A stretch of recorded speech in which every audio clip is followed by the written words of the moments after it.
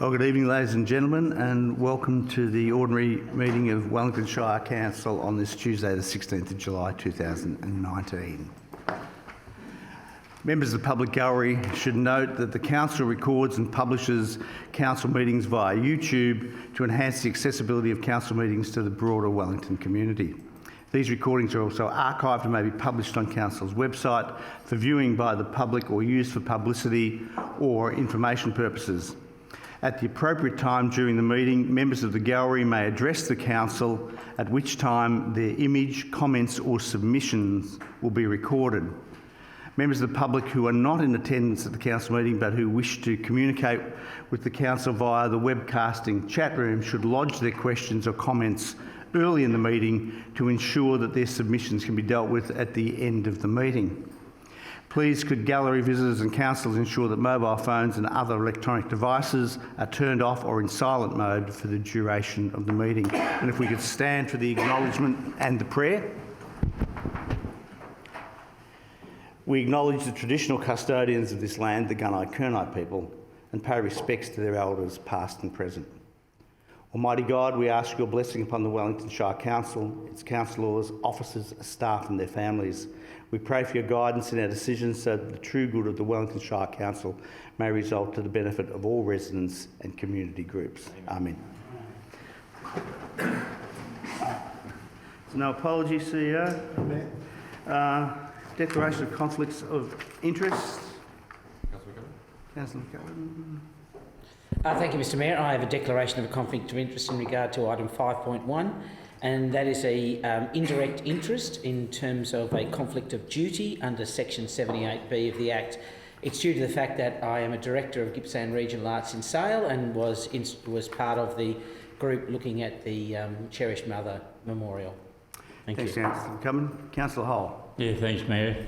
I'm declaring an indirect interest in C4.1. I sit on the board of the MAV, and this is the procurement part of the MAV that is organising this particular opportunity. Thanks, Councillor Hull. Moving on then to item A4, confirmation of minutes. Councillor Rossetti. Thank you, Mayor. I move the Council adopt the minutes and resolutions of the Ordinary Council meeting of 2nd July 2019. I think it was Councillor Crosley seconded that. Is that motion opposed? If not, the motion is carried. Councillor Rossetti. Moving on, there's no business arising from the previous meeting, CEO. No late items. No notices of motion. A8, petitions or joint letters. Moving on to item A9, invited addresses, presentations or acknowledgements. Councillor Hull. Yeah, thanks, Mayor. I have a presentation from the Maggie District Boat Club.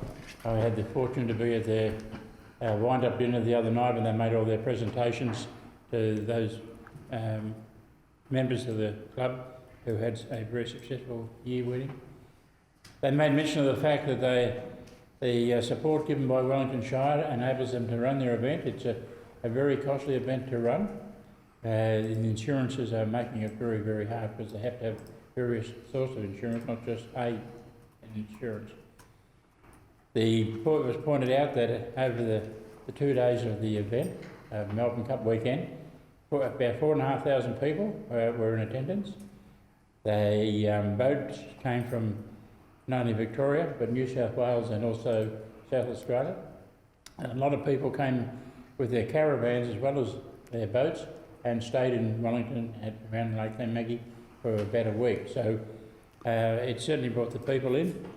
The thing is, provided there's water in the lake, they'll be racing again on the 2 days of the Melbourne Cup weekend. And if there's still water in the lake, they'll be racing on New Year's Day. So we wish them well and hope it rains like hell to fill the dam up.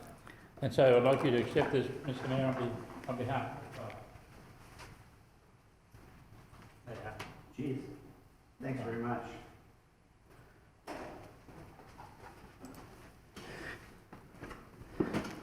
And again, too, while they're thanking us for our participation, there's no doubt that the community, in fact, who gets together and organises these things, do a fabulous job for not only their local community, but for the wider Wellington community. So if you can pass that on the next time you're with them, Councillor Hull, how grateful we are to receive this and to acknowledge the great contribution they make to the wellbeing of Wellington Shire. That would be fantastic. Thank you. We can move on to item, there's no questions on notice, CEO? No, Mayor. On to item A11, Mayor and Councillor Activity Report. Did you want to speak to it? No, I might speak to it briefly at the end. Councillor Rossetti, if you'd like to. Thank you, Mayor. I move that the Mayor and Councillor Activity Report be noted. Second of that motion, Councillor McCubbin. That motion's not opposed. The motion is carried. Councillor Rossetti? I'm happy for you to speak, Mayor. Yeah, thanks, Councillor Rossetti. Look, It's your it report. is my report. And can I just say, this is always great to have a look back at the month in question, where we've been, what we've done, and to acknowledge that this is genuinely a team effort. You can't be all places at the one time often, and so I'm particularly grateful for my colleagues for some of the areas that they managed to cover when I can't get to things. But just to point out a couple of things, that the CEO and I, in fact, spent some time at the National General Assembly in Canberra with some 800 odd delegates from local government authorities all over Australia, and that's always fascinating, including the Timber Council Association met during that conference. So again, too, looking at the issues and concerns within the timber industry. And the other fact is that on the 20th of June we had whilst the report says met with the Deputy Prime Minister, we had the opportunity on that occasion to meet with the Acting Prime Minister, Michael McCormick, and to set out some of the issues and priorities that we see here for Wellington. And there's just always something going on, and I'm pleased to report that on behalf of myself and my colleagues. So that's probably about it from me on this one. No report of delegates? Nope. Item C1, the Chief Executive Officer's report. Councillor Marr. I move that the Chief Executive Officer's report be received. Was seconded by Councillor Rossetti. Meeting that's not opposed. The resolution is carried. Councillor Marr. Looking at the report that's been submitted, the CEO has certainly been busy over the last several weeks, including meeting with Melina Bath and Tim Bull with regard to coastal planning matters that are currently before Council, as well as attending the Central Gippsland Tourism Business Awards, to which a number of us attended, and it was great to see the number of local businesses that were actually put up as finalists and those that won. Also looking at the report, you'll see that there's mention of a number of halls. Harriet Shing attended the reopening of the Newry Hall, as well as announcing funding for the Bundaluga Myrtle Bank Hall, which is known to everyone as the Bundy Pub, which is absolutely fabulous that they have been able to secure some funding from the LVA and state government. I know that with regard to the community halls, they are a real asset to communities where they provide social connection and connectivity, and there's a lot of issues with regard to loneliness and the lack of community cohesion, which the halls are certainly coming forward and providing entertainment and the community togetherness that we are all really seeking at this time. And it's nice to see that Hayfield also received some money from the LVA, and their new heaters were certainly on show when we attended the Hayfield community conversation that a number of councillors and staff actually attended, and that's an absolute credit to that community as well, with I believe something like 10,000 people coming through their doors. So well done to everyone. Thanks, Councillor Marr. Moving on to item C 1.2, the June 2019 Council Performance Report. Councillor Stevens. Yeah, thank you very much, Mr Mayor. I'm happy to move that Council receive, and note the June 2019 Council Performance Report as attached. And that's seconded by Councillor Hole, who was just a flash quicker. Is that opposed? If not, the motion is carried. Councillor Stevens. Yes, thank you very much, Mr Mayor. It's very pleasing to see that our financial report, pretty much complete for the financial year ended the 30th of June, shows a really positive set of figures for the year just gone. Just a couple of things that I'd like to note, that we have had positive cash flows for the year, which has also helped the bottom line with the extra interest we've received. There's been $0.5 million received extra in rates. We've had some savings from deferral in placing employees of $1.14 million. There's been $2.78 million saved by money that hasn't been spent for contractors and other services for various reasons. Our surplus is looking fairly exciting, but don't get too excited because there's been an amount of $13.74 million received in advance for grants that we will have to spend in future years. I think that's the bane of all finance officers, Mr Mayor, because just when you're trying to balance the books, and especially the way we have to account in local government, all those cash receipts have to be received as though they're part of the year just gone. I'd also just like to note, and thank you, Mr CEO, please pass on to the staff the council's thanks for the work that they've done in both programs that have been carried out and the savings that have been made, and all the hard work that goes into our annual budget each year. It's also pleasing to note that we've actually, even though there's been tough times with the drought and reports of doom and gloom in the wider community, our rate collections have actually increased, only by a small amount, but our outstanding rates have reduced from 9.9% the year before last, down to 9.36% this year. It's only a small amount, but it's pretty significant. It's very hard to get that last percentage of rate income every year. We've also spent $33.5 million in capital works, and just to highlight a few really major projects that we've completed, Mr Mayor, we've had $6.2 million spent on extending the West Sale Aerodrome runway, a very successful project. I note we've got $5.2 million of that in grants. We've spent $5.8 million on capital improvements on buildings and reserves, and also on capital sealed roads and curb and channel works, $6.3 million. The roads to recovery projects have also been successful. It's been very pleasing to get the money for roads to recovery from the government, $3.5 million, and capital unsealed road works has been $1.5 million. All good works, all well done. We had a shortfall of capital expenditure based on the original budget of about $10 million, but this has been due for two main reasons.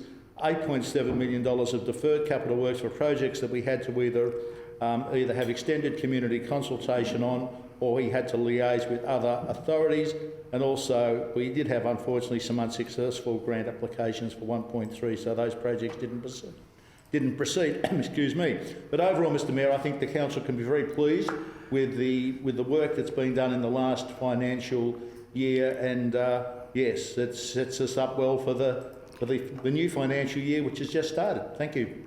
Thanks, Councillor Stevens, for the comprehensive report, and to the CEO, if you could pass on again to the team, not just in finance but across the whole organisation, our reflections on a job well done. Thank you, Mayor.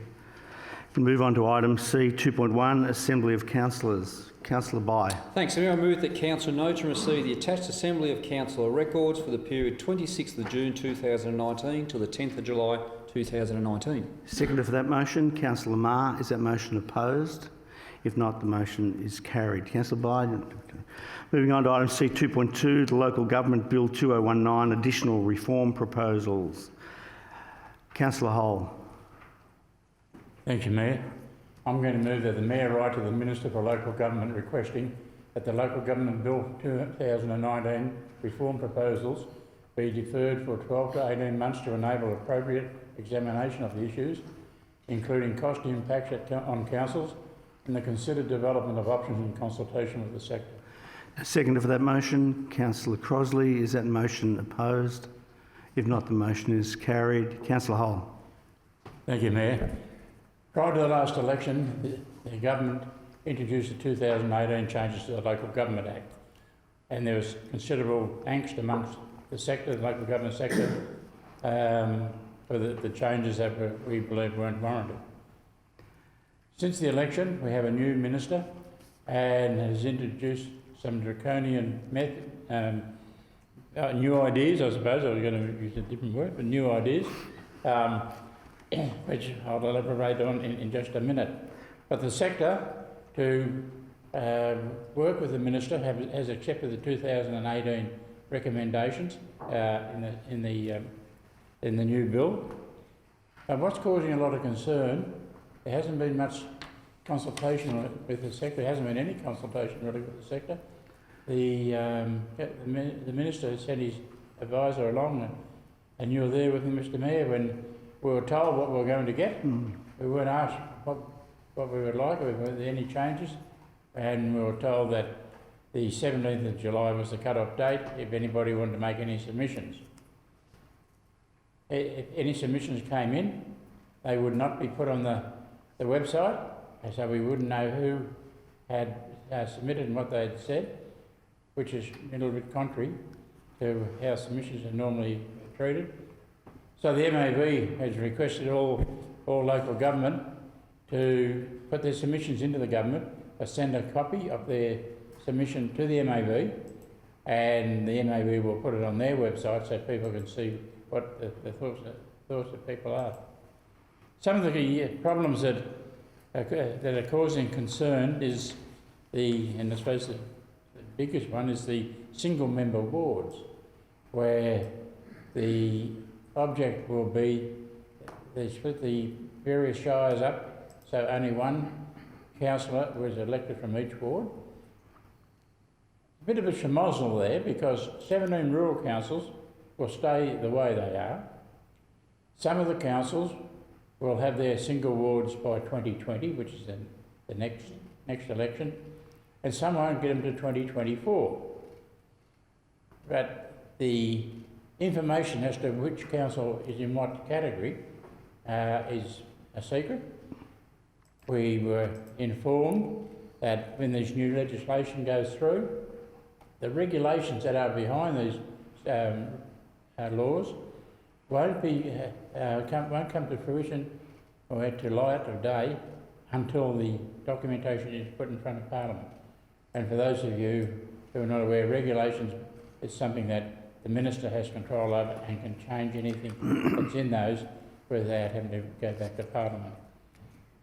It's interesting with the reason that the Minister claims for introducing single member wards is that it will promote greater accountability, equity and grassroots democracy. And we're all for democracy, every one of us. The interesting comment I'm going to put in here is in 2016, Geelong, which was a single member council, single ward council, was removed because of the effect of the undermining of good governance due to trade-offs. So what wasn't good in 2016 under the Andrews government is suddenly going to be introduced compulsory where we're going now. A couple of other things that are I suppose surprises is mandatory councillor training, but not after you're elected. Before nominations are called, it will be compulsory for anybody who wants to stand for council, that includes existing councillors, to attend mandatory training. And if you don't have yourself recorded as attending this training, you can't nominate for council. So that's going to cause a little bit of smiling in places, I can assure you. The other cause for concern is the citizen-initiated petitions. Now, most of you are probably not aware of that, but single-member wards, you're going to need 50% plus one to be elected of the vote. if somebody has got a bit of a gripe or didn't get the votes, they can get a petition up, a citizens initiated petition it's being called. It only has to have 25% of voters call for the councillor to be removed. Now the petition is limited to 200 words and it will be dealt with by the VEC, now the Victorian Electoral Commission. Now the VEC has no authority to check the veracity of that statement. And so then will be up to the councillor named to prove his innocence rather than the petition to prove his guilt. And these are areas of concern. The standards of conduct, the code of practice will all be looked at. The range of people who accept gifts has been voluntarily lowered. So that's the reason for this motion. It looks like we need a lot more information and we need the government to sit and put a bit more thought into it. And we'd like to suggest to you, Mr Mayor, that if we have to have single member wards, well then maybe it's time the upper house did the same thing. And rather than have 5 members like at that end of the state of Gippsland, if I'm going to use that, but introduce single member wards so that they have to follow the same democracy that we have to now take up. Thanks, Councillor Hall, for the comprehensive report on that matter, and indeed it is troubling, and obviously we'll communicate as suggested. But as you said, I was in that room with you, and there was a lot of very unhappy punters on that day. So thanks very much for that. We move on to item C 3.1, monthly planning decisions made. Councillor Marr. I move that the council note the report on recent planning permit trends and planning application determinations between the 1st of May and 31st of May 2019. Second for that report, Councillor Stevens, by just that much. Is that opposed? If not, the motion is carried. Councillor Marr, I don't need to speak to that. Moving on to item C 3.2, quarterly strategic land use planning update. I move that council receive the 2019 second quarterly update on the strategic land use planning work program included in attachment 1 to this report. Second, Councillor McCubbin, I believe. Motion's not opposed. If not, the motion is carried. Councillor Marr.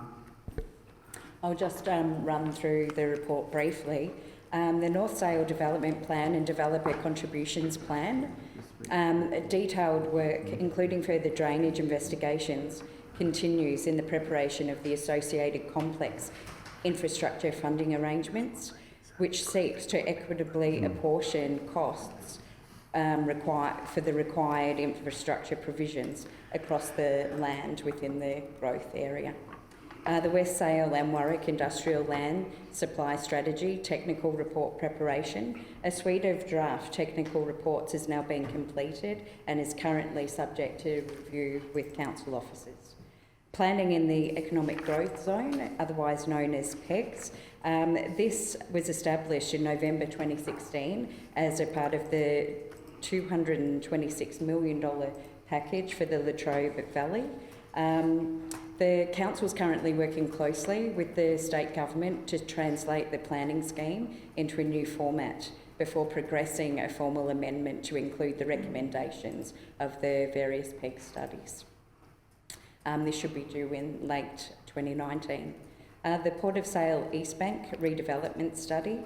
Following a review of the draft documents by key stakeholders, a final set of planning provisions will be presented to Council in August of 2019 for consideration. The Maffra Structure Plan. This is a key strategic land use planning project for 2019-2020. The Maffra Structure Plan focuses on the growth need of the township, establishing an overall plan of future growth. The process will involve community engagement that will be commensurate with the scope of the study, and further details will be advised once the study has commenced. C99 update flood mapping. At the meeting of 18th of June 2019, our last meeting, Council resolved to lay Amendment C99 on the table so that councillors can obtain additional information on policy response to updated flood mapping, implication of how future development will be assessed. This is still to be addressed later of this year. The C102 technical amendment, detailed background work in compiling minor policy neutral technical errors within the Wellington planning scheme. This is continuing. C103 West Sale industrial land. Now this applies to 55 hectares of agricultural land immediately adjacent to the east of the West Sale Airport. This is currently being considered for approval by the Minister for Planning.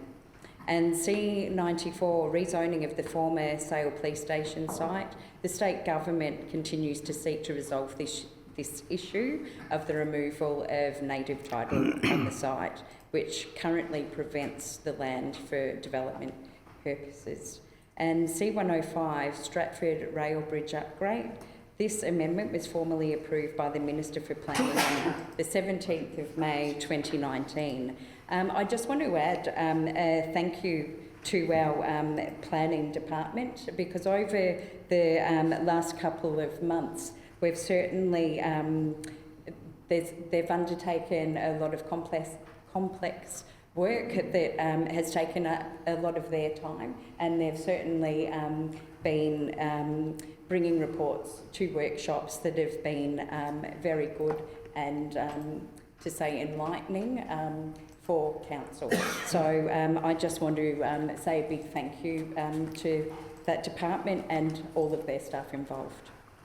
Thanks, Councillor Marr. Now, moving on to item C3.3, we have people in the gallery who may wish to speak to this item. I understand that's normally the process, that they get to speak first. So in that, if we have people in the gallery who would like to come forward and speak to item C3.3, Planning Permit Application P125-2018, if you could come to the lectern, just state your name, and we're happy to hear what you have to say. No, I don't think we can do that. No, we can't. So if we could, then we limit it in the order of 3 minutes. So we're in your hands. So your name for the record, and then we're off and running. James Total, Mr Mayor. I'm the CEO of Seeking West Provider Limited, who are the opponent for the Nunduck Spa Retreat. I'd like to thank you for this opportunity to speak to Council. Councillors, in front of you, you have a recommendation rejecting this proposal based on two objections, one from CMA and one from DWOB. So I'd like just to deal with those first. After we submitted for planning approval last year, I went and saw CMA and discussed the project with them. At that meeting, I was told that they couldn't accept it as it stood because we did not have dry weather access during a flood. So we then agreed that we would put in a dry weather access and we included a causeway into the design, which is now part of the design as it stands. So that we have dry weather access during the flood, and we think that's actually an improvement to the development. A couple of months later, we get the council received a submission from CMA with a whole list of objections. We dealt with all those objections, went through them one by one and cleared them up with our consultants. In March this year, we had, at Council's behest, we had a meeting with CMA to try and resolve our differences. At that meeting, we were told that most of the issues had been dealt with. However, there was one outstanding issue, and that was the extreme flood risk involved in this project. And that was repeated a number of times at that meeting. We subsequently pointed out that, in fact, there is no flood risk on this project because no one actually gets their feet wet. And we've gone through the definitions of flood risk with CMA, and they've now agreed. So there is absolutely no flood risk, not extreme flood risk, none. Subsequently, we get an email from CMA saying that they can't accept the project because of our impact on floodplain health. This is not defined. However, we represent about 2 hectares out of a floodplain of 150,000 hectares. So how we're going to actually damage the health of the floodplain is beyond our comprehension. Subsequently to that, CMA sent another letter to Council with regurgitating all their old objections, which we had covered, and also including that they now decided that this is a designated waterway and therefore they were determining authority. If you look up the definition of a designated waterway in the Water Act, there is no way that our farmland, which goes underwater for 2 days every 7 years, is a designated waterway. It's not even a waterway, let alone a designated waterway. So where they're coming from, I'm not sure. Our question is, why is the CMA going through all these somersaults and backflips and everything to try and stop this project? The answer is quite simple. The CMA cannot admit that this land is degraded because the CMA are responsible, directly responsible for that degradation. When they lowered the entrance from 2.2 to 7, they basically converted Lake Wellington into a saltwater lake. The other day, the reading in Lake Wellington was 32,000 parts. As you know, seawater is 35,000 parts. So we've now got a salt lake. When I first came here, our sheep used to graze in the front country. Our sheep used to drink from the lake. It was a freshwater lake. It is now a saltwater lake. That salt is now coming across the hinterland along the edge of the lake and killing it. Most of you have been on site, you've seen it. Dead trees, dead bush, dead plants. That is caused by the salt, CMA's responsibility. Dwell first raised last year the issue about an EES, even though, according to the guidelines, we didn't have to do an EES. So they pushed us through doing an EES referral, which we did, which went to the Minister. The Minister made a decision in February this year saying no EES required. I repeat, the Minister said no EES required. Anything to do, any issues could be met with normal processes of offsets. That was the Minister's decision. We've since had an objection come in from Council on the basis that, from Dwell, on the basis that we're going to endanger 17 species of birds and 7 species of plant. This beggars belief because there's actually only 2 plants on the place, on this bit of land. That's a bit of pig face and a bit of grasswort. They're the only 2 plants apart from the rest being salt pans. So how we can endanger 7 species is beyond belief. We had a meeting with them to find out what this was all about, and it turns out this is what their computer model tells them. Their computer model has our land listed as pristine wetland, and therefore, by doing anything, we're going to endanger all these species. Standing on the site, I said, look at your feet. This is not pristine wetland, this is degraded land. Even the regional manager at Dwell, standing there, said, there seems to be a disconnect between our model and reality. There is a total disconnect between the model and reality. The Dwell objection is based on virtual reality. It is not based on what's there. I think both these objections, councillors, can very fairly be put aside. So let's look at the triple bottom line. Let's take the environment.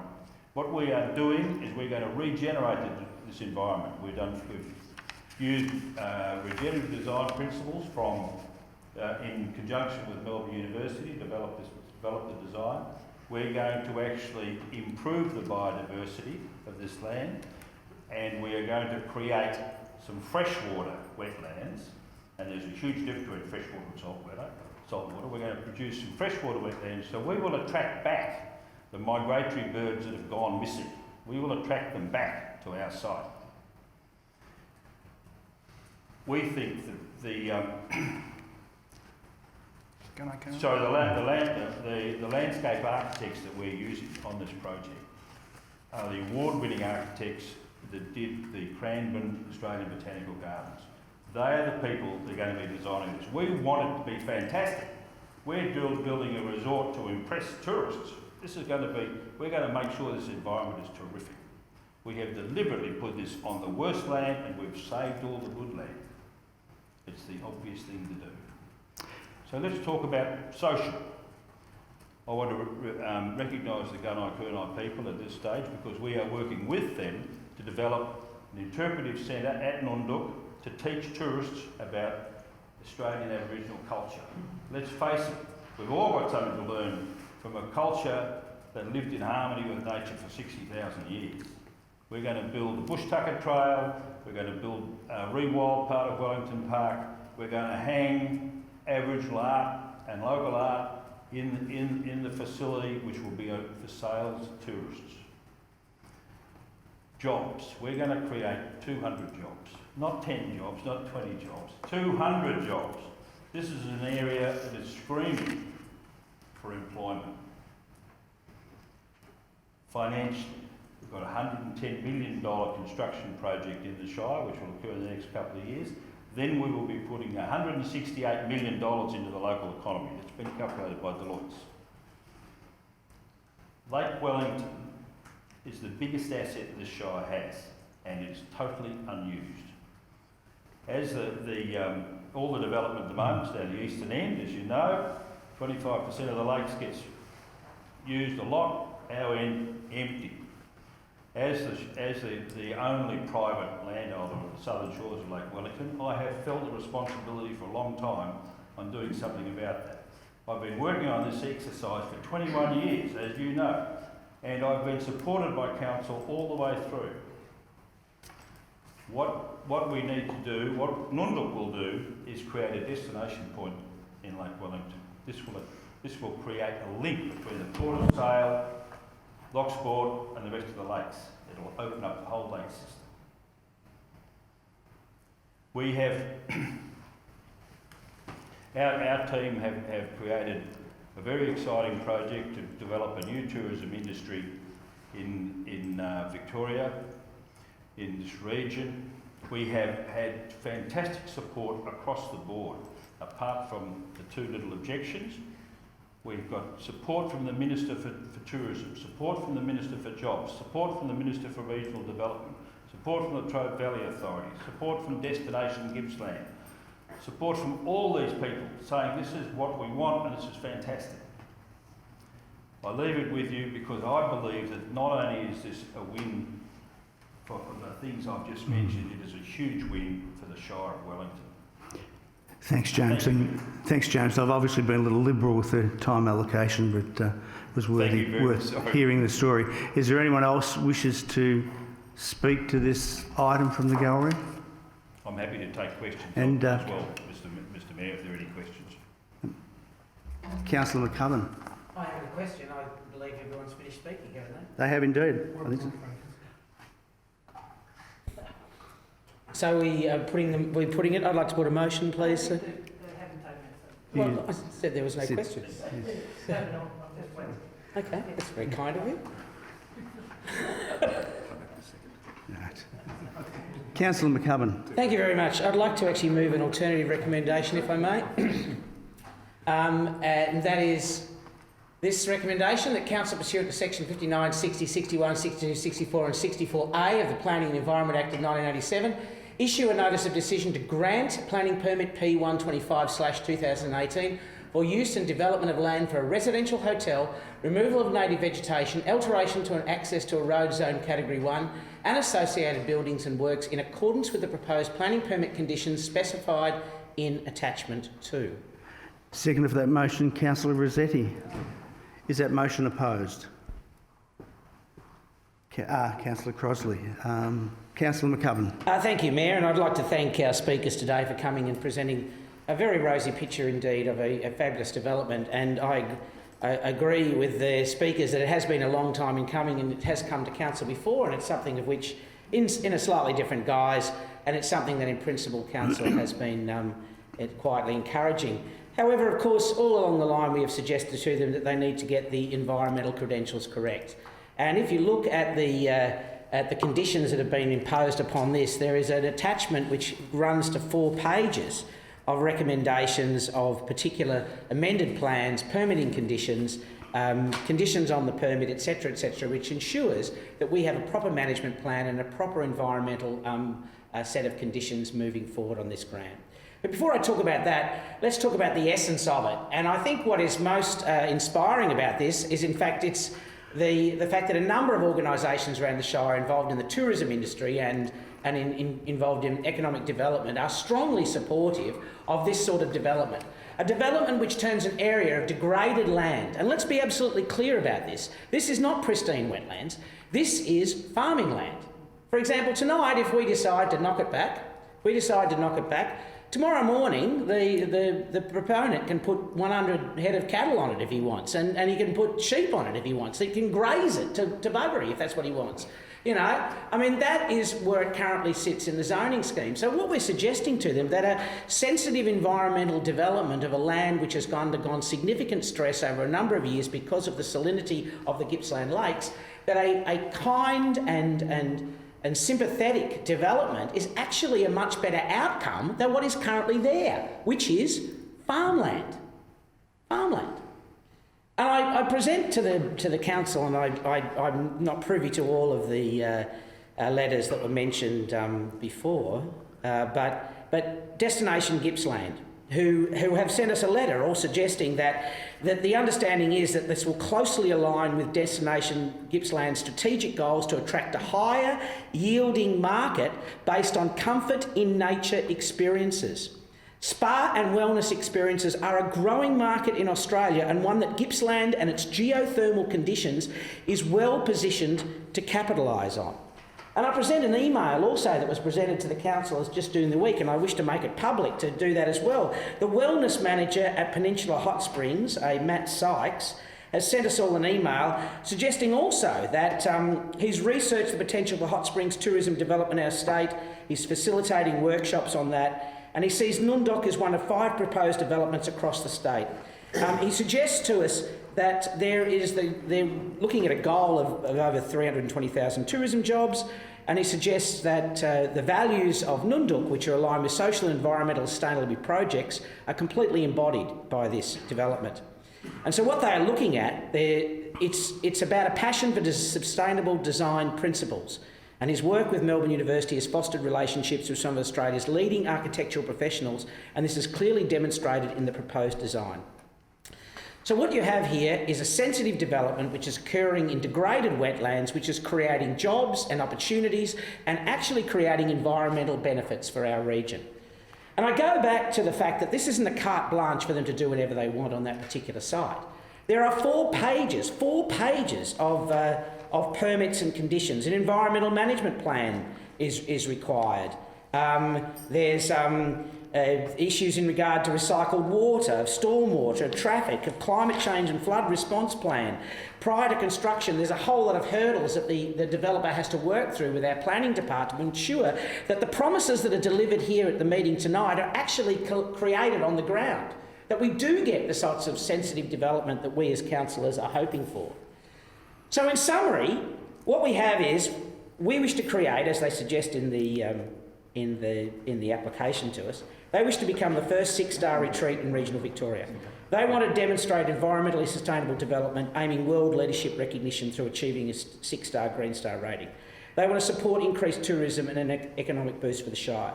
They want to provide an estimated increase in Victoria's gross state product by $160 million, and they want to result in 100 new permanent jobs and another 100 secondary halo effect jobs. And they want to celebrate the Shire's cultural heritage of the Gunai-Kurnai people. These are indeed very important and strong principles, and as such, and because of the conditions placed upon this permit, I strongly support it. Thanks, Councillor McCubbin. I think now Councillor Crosley, and then Councillor Rossetti. You get next go? Yes. Yeah, you do. Thank you. I got a bit excited. Sorry, Councillor Rossetti. I'll just go to add to what Councillor McCubbin said, is that the Gippsland Lakes is such an important asset for us in this part of the world, indeed for all of Victoria. And people love going there. We obviously don't want to be in a position where we destroy what people go and see. But by the same token, we need to actually facilitate places that people can go.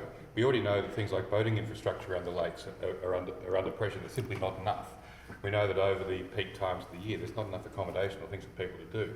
This is one example of what we should be doing and promoting through our communities, ways for people to actually get into that area and see how beautiful those lakes are. And to be frank, the land there is pretty awful, with all due respect. If we can't do this sort of a project on this land, which is so degraded and pretty awful, you wouldn't run your cattle and sheep on it because the land's not good. But if we can't do it on this because it's going to damage the environment, good God, where can we do it? Are we just going to lock the Gippsland lakes up so no one can go and enjoy them?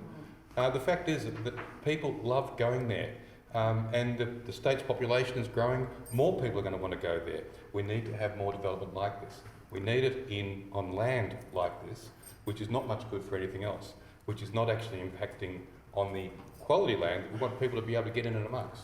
I'm certainly happy to support this motion from Councillor McCubbin, and certainly encourage all the other councillors to support it. Because it is a great way of getting people into there to enjoy what we all get as our part of our backyard, as well as all the other benefits. I think it's just good to get people in there and enjoying it. So thank you. Thanks, Councillor Rossetti. Councillor Crosley. Thank you, Mayor.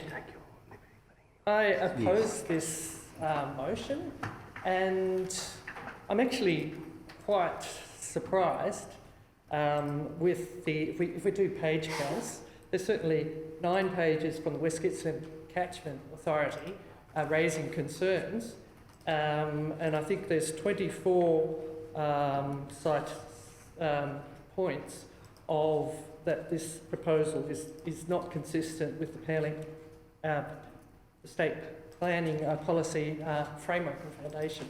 So I think it's not a trivial objection to this application.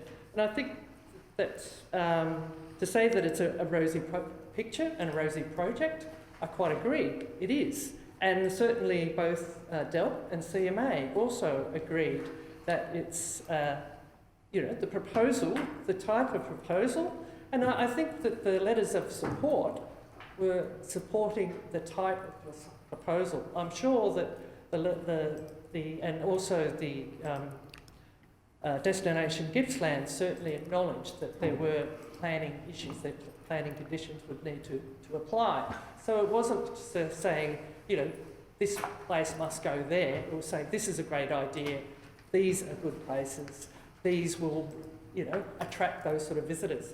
But I think that the difficulty is that as a council, we have been given these documents that the CMA, and in a considered report, has said that this is an important wetlands in the area, and they don't look at it just in isolation of that one plot of land. It's looked at in the whole area of that catchment. So it's actually looking at the whole Lake Wellington area and that coastal fringe area.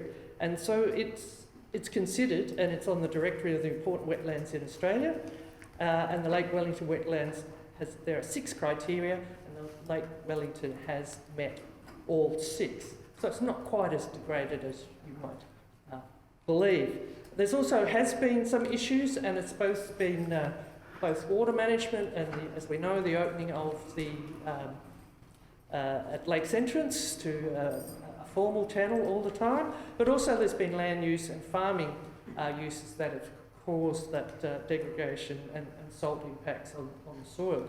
But I think the key thing for me is that we've been given, as the responsible authority, clear indication that this is considered to be a considerable risk under, a risk of flooding and actually endangering both life of those people that may be staying on it, workers, and also potential emergency service people that may be required to go in and support the people that need to go out. It's an awful long way from the coast where this area is situated to get back onto dry land further up the road. I also noticed that one of the points was there was an insufficient flood management in the proposal, and I did note in reading it that one of the areas that I thought was relating to the flood and protecting the individuals, which I thought was a little bit insufficient and certainly goes against the advice of any emergency agencies to leave a flooded area. Guide poles and flood depth marks will be provided along the access road. I think that would be a bad idea to encourage your visitors to drive along a flooded roadway across a floodplain with flood markers as your protection. So I really think that it was really a bit disingenuous to say that both CMA and DELP had believed that the proponents had covered off all of these issues. I don't believe that was the indication they were given at all, and certainly not the indication that we as a council had been given. I think there's, as I say, the incidence of the problems of the floodway and the issues that was the statement here, that the project area is on a floodway overlay. The proposed project area regularly floods during a 1% AEP flood, and projected areas completely inundated by waters at a depth above natural ground levels of 2.5 metres, being a flood level of 2.2 and increasing to 3.3 metres in depth by 2100. In fact, on the mapping, it'll show by 2100 this area will be completely inundated all the time. So it is a big risk that we shouldn't be taking. And furthermore, although it is on the notes that you were given in the documentation with the officer's advice, and the officer's advice that we did reject this because it actually conforms with our policy, while the West Gippsland Catchment Authority and DELP objections are no longer, they're not binding, they're non-binding. Council's adopted assessment of development in relation to potential sea level rise policy, which is on our website, recognise that Council will continue to rely on the best available technical knowledge and information provided by the West Gippsland Catchment Authority at the time of making any planning decision. On this basis, given that West Gippsland Catchment Authority has objected to the application due to the extreme flood risk affecting the site and its access, it is appropriate that the officers recommend to Council that the application be reviewed. Notwithstanding its socially benefits and the project itself, as presented, is rosy, but the cost of the environment and the risk to the workers and the patrons and the emergency access workers is just not worth it. I would also say that I think this council would and should have been very nervous of going against such advice, especially when we are still dealing with the inappropriate coastal development along the 90-mile beach of what was a very rosy project some 50 years ago, and what we are still dealing with because it was in the wrong place. Nice idea, wrong place. And that's why I really cannot support this motion as it stands. Thanks, Councillor Crossley. Given the importance of this issue, before we get to Councillor McCubbin to ultimately close this debate, I'm happy to open it up for any councillor who wishes to make a contribution either for or against this. So I think it was Councillor Bai indicated that position first, and then Councillor Marr. Thanks, Mayor. Look, I fully support Councillor McCubbin's motion, and I've got a few reasons why. This is not just a run-of-the-mill project. It's very unique. It's so unique that it'll attract international visitors, not just Australian visitors. All around the world will probably come to this project. It's not a 2-star project. It's a 6-star retreat and spa project. It's in a location that is a salt plain. Yes, it is farmland, but can you actually farm that? The salt, as per our speaker, is coming onto that land and going further and further as the years go past. And it's probably going to be unfarmable as well, but it is a salt plain. I understand that it does occupy a floodplain, but it's 9 hectares out of 150,000 hectares that are on the south of Lake Wellington. So yes, it is on part of the floodplain, But look, maybe if it goes through with the two government departments, it can do it. It's on 150,000 hectares. The other thing that people have probably forgotten about, international visitors. How will they use this magnificent development if it does come up? We've just extended the runway at West Sale. Imagine Nicole Kidman and Keith Urban flying in on their jet, getting the Sale limousine service out to a 6-star resort. It is possible. People might laugh. We have a runway now that can actually take commercial jets and big jets of that nature. The other thing that I can't go past, if we can get this up and going, 100 permanent jobs and 100 casual jobs. That is massive for the area. So I'm in full support. Councillor Marr. I'm certainly supportive of this development. But I just want to add that I think that we also need to be cautious of being risk averse, because risk also equals opportunity, and opportunity equals social and economic benefits to our local communities. Climate change is also considered within this proposal. The Building Heights Incorporated proposed flood heights to 2100, and I believe that those building heights are above those recommendations. This provides us with an opportunity to adapt. Adaptation is key to our future, particularly with climate change into our future, and it is our discussion at the moment. Climate change seems to be affecting everything with regard to future development along the coast. And we have an opportunity right here and right now to actually do something and to see what that future looks like. We need to encourage opportunity for development and growth by adapting to a changing environment, and that is what's occurring now. I think that this project is exciting. Ecotourism is a large gap in our local tourism sector, and we certainly need and welcome such a development. The potential that it brings has significant economic benefit to not just the Locksport community and the Longford community, but also to Sale and the wider Gippsland region. I believe that this is a carefully designed proposal that will enhance the landscape now and into the future. Thanks. Councillor Marr, anyone else wish to speak to that motion? Councillor Hole. Yeah, thank you, Mr. Mayor. Stand up there. I'm not going to repeat some of or most of what's already been said, but what I'd like to point out, the West Gippsland Catchment Management Authority and DELP are referral authorities, they are not planning authorities. We will make the decision here and give the direction to our planners. But it's interesting to know that in the quest for support and non-support, that AusNet Services, the CFA, the Department of Defence, the Department of Health and Human Services, the EPA, the Department of Economic Development, Jobs, Transport and Resources, Parks Victoria, Southern Rural Water, Transport for Victoria and Vic Roads did not lodge an objection. They could see nothing wrong with that, with the development.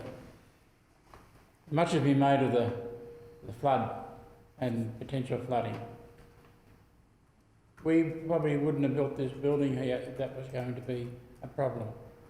I've seen where the floodwaters out here are backed up right up underneath which was now our car park. But we went ahead with it, and I think everybody can see the success. Well, we haven't had a flood yet, but all that'll do is stop people getting in because it's all riverine flood. So we get 2 or 3 days notice before that floodwater comes down in any great quantity. Further down to where Seacombe or where this place is, we'll have a lot of time if it's going to be a big flood. And I think, like the other councillors spoken so far, this is a great project. It's a magic project. It's something on the western side of the lake. Everything's been on the Painesville and the eastern side of the lake, and been encouraged. Putting in canals and everything else to encourage development. And I think that it's time that we turn around and had people who are referral authorities only and look at what's going on in Wellington Shire and what we want it. Thanks, Councillor Hall. Does anyone else wish to speak to the motion? Before I hand over to Councillor McCubbin, I'm just going to take the opportunity to express a view. I don't think it's any secret about how I feel about the project and how I see this project as in fact being critical to the ongoing well-being of Wellington Shire and in fact this end of the lake system. There is no doubt that the Port of Sale in fact is the closest entry point to the Gippsland Lakes from Melbourne. The Port of Sale in Wellington Shire, Lake Wellington in Wellington Shire. Anything in fact which stops the traffic and makes them turn down to Wellington Shire for an experience is a win for us, and there is no doubt there is a very significant gap in the marketplace, and this development will in fact work on that gap, that will solve that gap, will provide a facility that we don't have, something for us to market, something for us to celebrate, and something to in fact generate vibrancy into our communities. So having said that, I'll now hand over to Councillor McCubbin to close the debate. Thank you, Mayor, and I'd like to thank my fellow councillors, as indeed Councillor Crossley, for demonstrating that councillors don't think of this as a trivial issue. Councillors think very seriously about the environmental issues in regard to the Gippsland Lakes and have taken some time to bring this to the council chamber, because we have been having a long conversation amongst ourselves and in our planning department to determining what is the appropriate way forward. How can we put appropriate conditions and constraints on it? And at all times, going back to the government, and we all understand the elephant in the room that, and I'm pleased that no one's mentioned it until now, the elephant in the room is that of course this will go to the state government for their overall agreements. And of course we'll maybe go through VCAT to look at that. So it may go through VCAT is what I'm saying. I think we should come up with our own determination, forget VCAT, we should decide what we want to do. But of course it's not trivial, as it still has to go through to at least one hoop maybe. We have also approached the Minister. The Minister said we didn't need to have an EES. We have had long conversations with the CMAs and catchment management, if you like, and so it is not something we have taken trivially, and it is something of which we have established a number of conditions upon. I just need to challenge Councillor Crossley on some of the points that she's made. She made some points about Destination Gippsland, suggesting that they were a little bit each way about it. I need to confirm that the letter that was sent to us by Destination is, I'll just read it to you. I wish to confirm that Destination Gippsland supports the proposed Nunduck Retreat and Spa project. We believe the concept is very exciting for the region and the project will generate significant benefits to the Gippsland visitor economy and local community.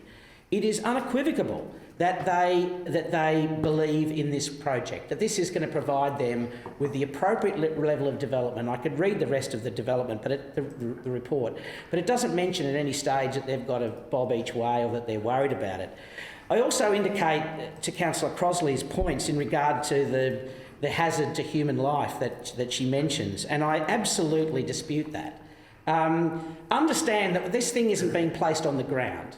It's not being placed on the ground. It's actually being lifted up in the air. Lifted up in the air, and not just lifted up in the air, it's lifted up 3.3 metres AHD, which is 0.3 of a metre above the 2100 flood mapping that CMA have given us. So they've given it, we haven't ignored the flood planning, we've actually insisted that the developer goes out and builds it not just higher than, not just 2100 and above. And I reiterate that this is 9 hectares over 150,000 hectares. Passage and storage of floodwater is not affected at all, and there is no erosion and no sedimentation or silting. There is no flood damage and no flood risk, as no one will ever need to cross flood waters. Okay, I agree, this is from the proponent, but I'll read that again. There is no flood damage and there is no flood risk, as no one will ever need to cross flood waters. So I absolutely dispute that we are putting lives in danger or there's some sort of criticism and concerns in regard to that. So it is strongly supported by the tourism industry. We have listened to the CMA. They are a referral authority, but they're not the absolute, total authority on this, and we have come up with a sensible plan which allows us to develop this project moving forward with a proper environmental constraints. I'll just mention these last thing in support of the decision. Environmental issues have been designed to be beneficial and be managed on an ongoing basis through the implementation of a detailed environmental management plan. So let's understand that. We've still got another hurdle to go through. No development will occur on site until the environmental management plan is approved by council. Vegetation removed will be offset on site and areas impacted will be regenerated with indigenous vegetation. A flood management plan, water quality and soil erosion management plan, land capability analysis and stormwater management plan will ensure the health of the wetlands and the lakes are not impacted. And Nunduk will enable the sustainable management of the land on an ongoing basis. And when you also consider that we have a celebration of our Indigenous culture within that as well, and indeed a number of renewable energy projects, which I know is going to go on site, I think this is an extraordinarily exciting project. I'll just finish with this. A great man once said that if you want to have a go, then give them a go, okay? It seems to be the philosophy that we are using right now. And quite frankly, that's what this is. And this is the message that we send out. If you want to have a go here in the Wellington Shire, if you want to have a go, yes, you have to obey by the environmental principles, you have to play by the rules, but at the same time, we're willing to give you a go. And quite frankly, tonight I almost apologise to our proponents because saying yes to this is actually the hard decision, because I know they're going to have to go away now and actually build something. You know, they're going to spend millions of dollars, they're going to create jobs and construction, it will create sleepless nights and for them, ongoing work for years and years and years. But I tell you what, at the end of that, I will be so excited to see the that's right, we'll all go to the spa, and we thank them very much for having a go. Good on them. Thanks, Councillor McCubbin. Thanks, Councillor McCubbin. Now it's that time that we put the motion. All those in favour? Against? Motion is carried. Division in favour. Councillors Stephen, Ripper, McCubbin, By, Hall, Rossetti, Marr and Hole. Against Councillor Crossley. Thank you very much. I think we are moving on to item C, 3.4, proposed sale of Lot 5, West Sale. Councillor Rossetti. Thank you, Mayor. I move that one, Council authorise Chief Executive Officer to offer the sale of council land described as Lot 5, Jackson Drive, Fulham at West Sale Airport. We pop that in. Sale of council land. 2, Council advertises its intention to sell land at West Sale Airport at or above market value subject to provisions of Local Government Act 1989, Section 189 and 223, including calling for submissions in relation to the proposed sale. 3, subject to not receiving any submissions, Council authorises the Chief Executive Officer to progress the sale at or above the current market value, including executing necessary documents. I'll take the rest as read and suggest the Mayor might like to let people in the gallery know that they could leave if they wanted to. Yeah. Thanks, Councillor Rossetti. That was seconded by Councillor By, and if the gallery wishes to no longer watch paint dry and grass grow, they have the opportunity to leave should they so desire, or in fact just remain with us for another gripping night of this. So it's been seconded. Well, we thank you for that kind invitation, but no, you So it was. That's been seconded by Councillor By. Is that motion opposed? If not, the motion is carried. Councillor Rossetti. Thanks, Mayor. We've been going through quite a process for some time at the airport, and it's been a discussion around whether we sell or don't sell land, whether we keep it in council ownership and lease it, or whether we actually sell blocks off. And we've gone through that process. We've understood that there's economic benefits of being able to sell the land off, not necessarily whether it's great for council to actually have the money in our pockets or not, or whether we get the rent or not, but around what people can and can't do on those blocks. The people on this land are telling us that they're struggling to get finance or making decisions about investing based on the fact it's leasehold land, not their own.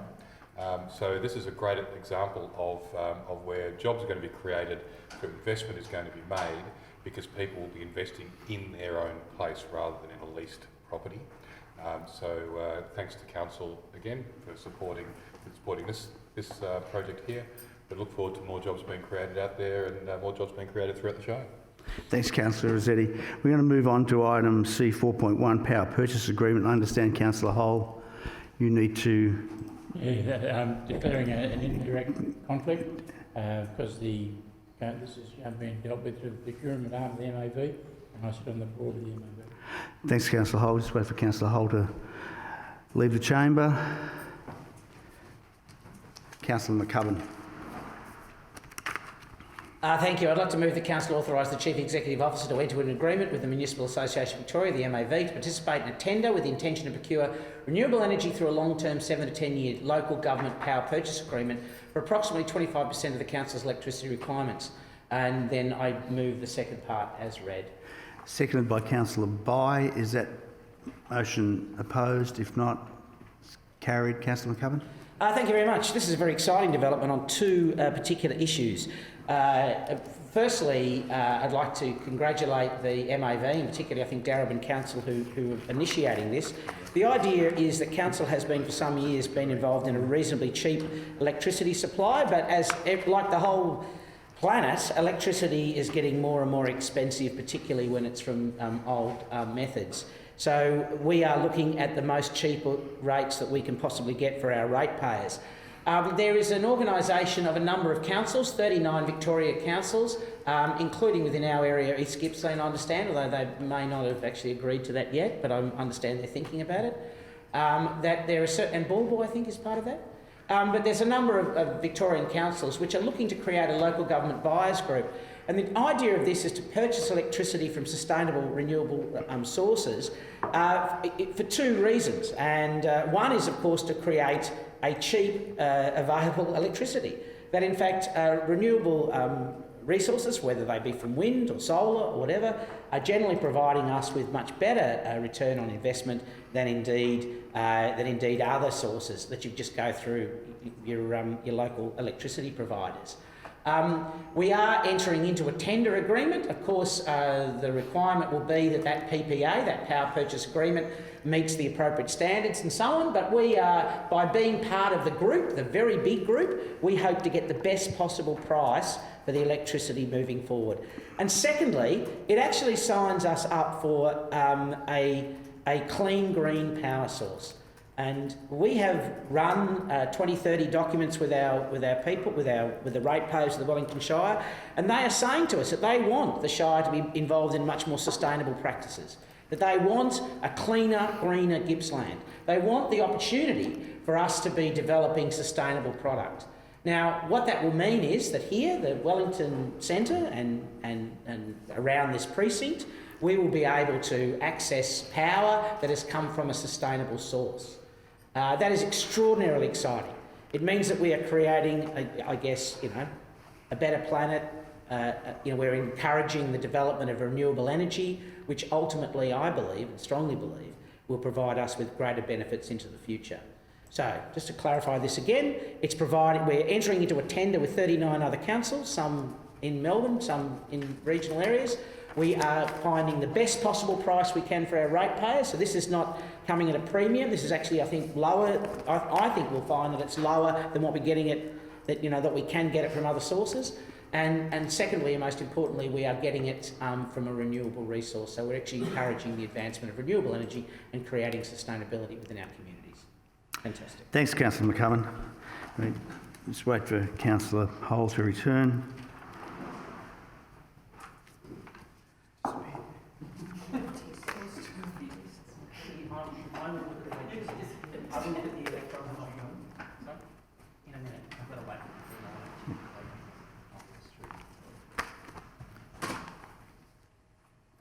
Welcome back. So we're moving on to item C5.1, quick response grants. Councillor McCubbin, conflict of interest? Yes, indeed. I've got a conflict of interest, 78B, conflict of duty in the fact that I am a director of Gippsland Regional Arts and Sale, which is involved in the Treasured Mother Memorial Project. Oh, yes, they can't hear me. That's right.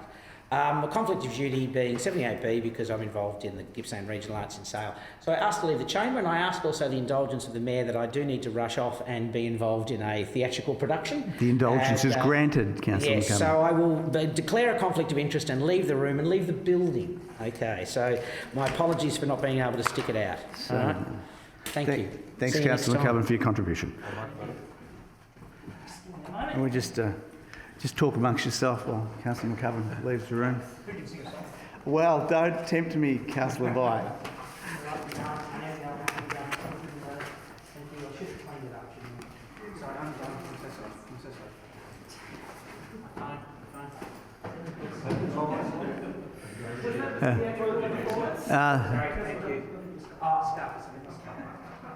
You can't have a theatrical event without one of this guy.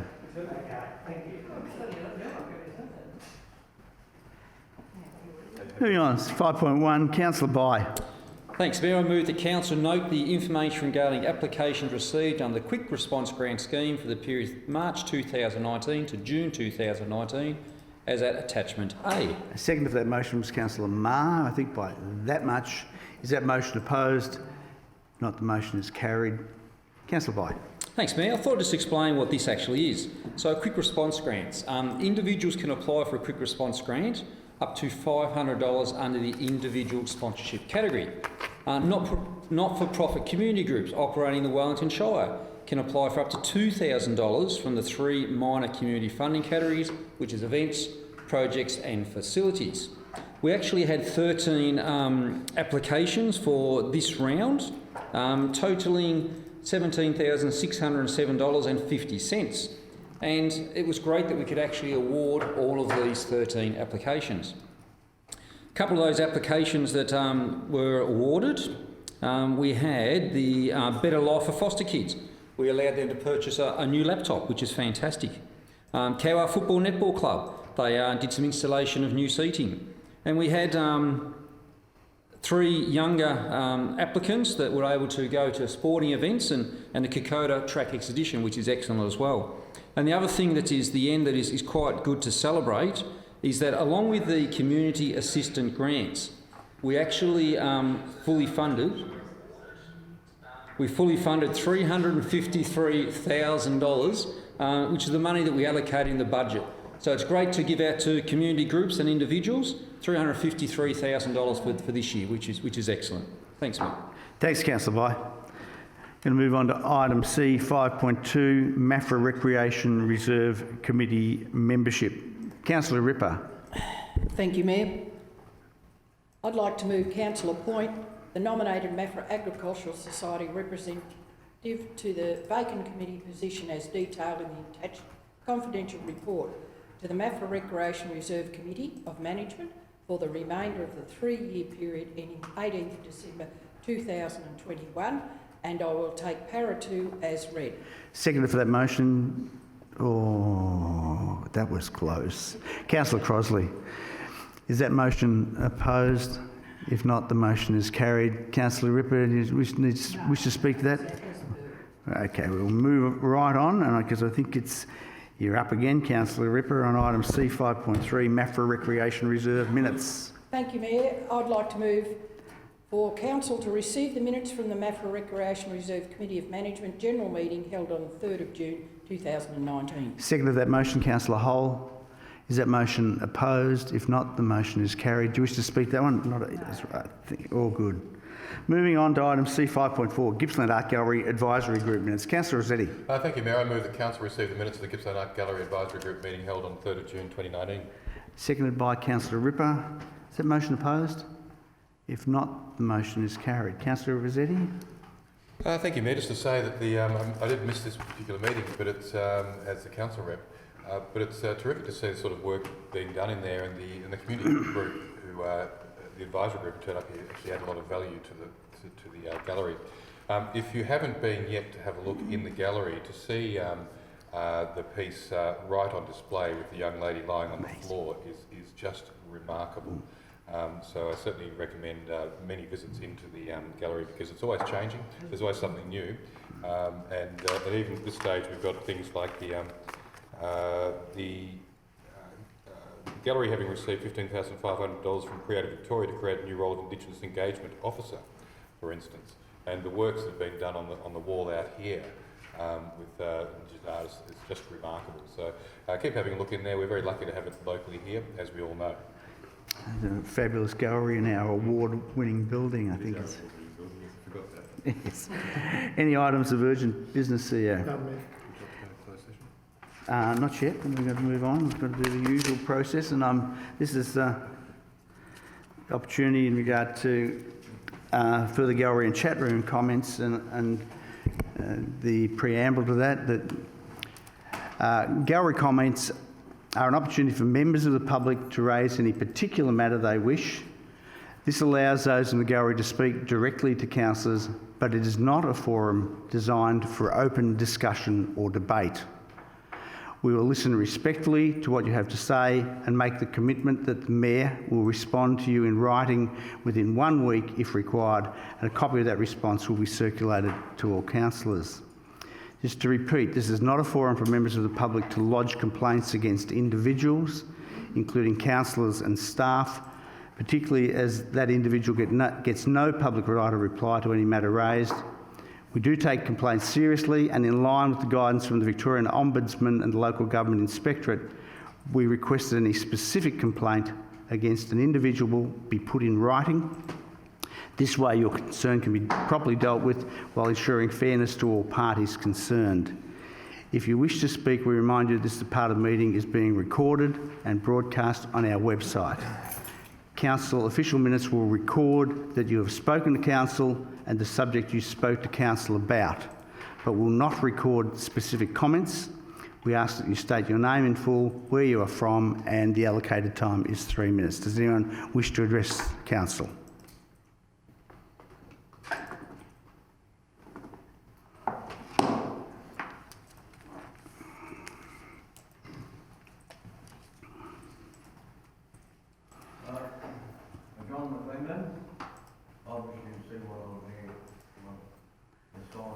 Here, this is probably like a boy on a man's errand, but there's a lot of discussion about the Adani mine.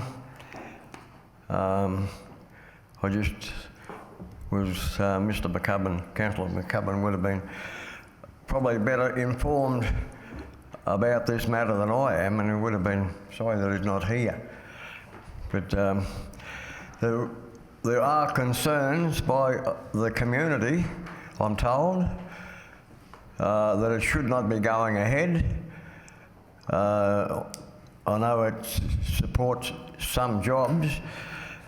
Jobs are important, but I'm told from pretty good authority, it will, when it's completed, will only support about 140 jobs. And I don't see up in Queensland, wherever it is in central Queensland, but I'm concerned about the barrier reef. They say that could be affected by boats going through there. There'll be a lot of, and you see that the big trains of coal, and it's such a big project that I just want to open it up, ask Council if they would take it. I know I understand there was a meeting last night at Maffra. 50 attended, talking about this Adani mine, and the majority were certainly against it. So I understand, I was told there's about 50 people, Maffra last night, against this mine. But I just see the Shire, the Council, is the responsible authority, and I would like to see at least some discussion on it.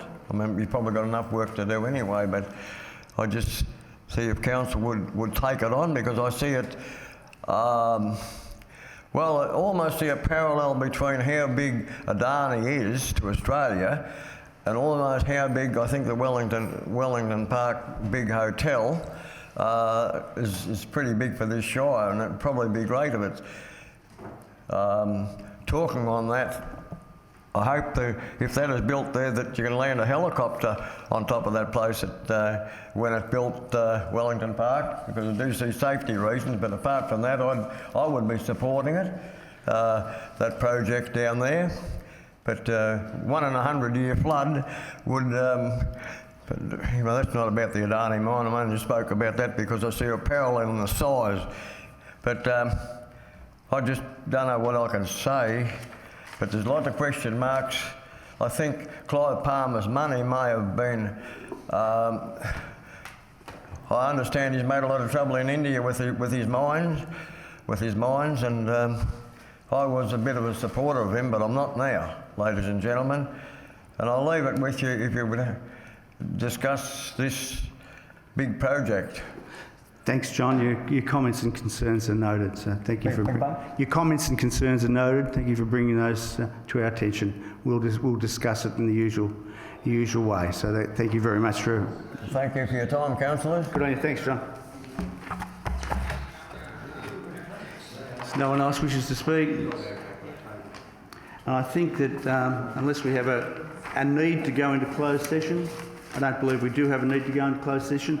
In those circumstances, I'm happy to declare the meeting closed at 7:24.